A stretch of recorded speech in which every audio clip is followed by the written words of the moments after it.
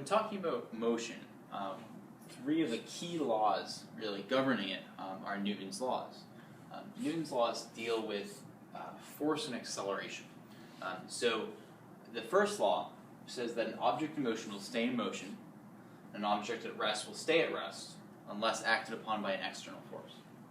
What that's saying is if I roll a ball, or if I just put a ball down on the table, it's not going to suddenly change direction or start moving or stop moving unless there's another force that acts on it and stops it or changes it in some way, right? And that's causing an acceleration. If you put a ball on a table, it's never going to move, at least until a force acts on it. The reason that if you roll a ball on Earth it slows down is because you have some friction. You have friction with the air, right? And that's going to slow down the ball. But if you were in space and you threw a ball, it would just go on forever, unless another force acts on it, right? This law is really pretty intuitive. It says basically acceleration is only caused by a force. Something's velocity, which means something's velocity is not going to change. So it's not going to speed up, slow down, or change direction unless something else makes it. So that's Newton's first law.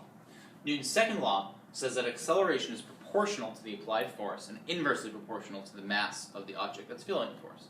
So this is also something that you kind of intuitively have experienced in your lives.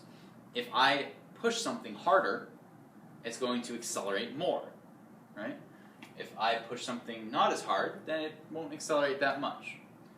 Similarly, it's more difficult to move a really massive object than it is to move a really light object, and that's because you have this proportionality, which we can solve this, right? We can solve this for acceleration, and we can say that the acceleration an object is going to feel is equal to the force that's being applied divided by the mass of that object.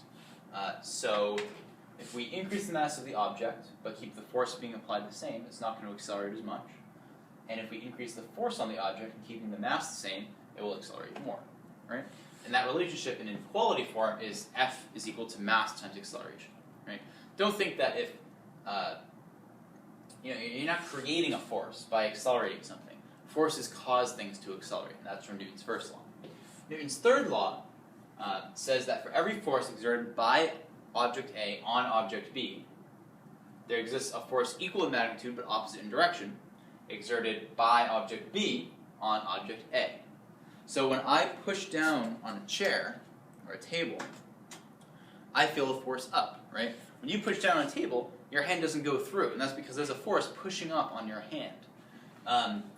And that force is equal to the force that you are applying, but it's opposite in direction, right? I push down on the table, the same force that I am pushing down with is pushed back up on my hand, and I feel that. This is why if you punch a wall, you can hurt yourself, because the wall punches back.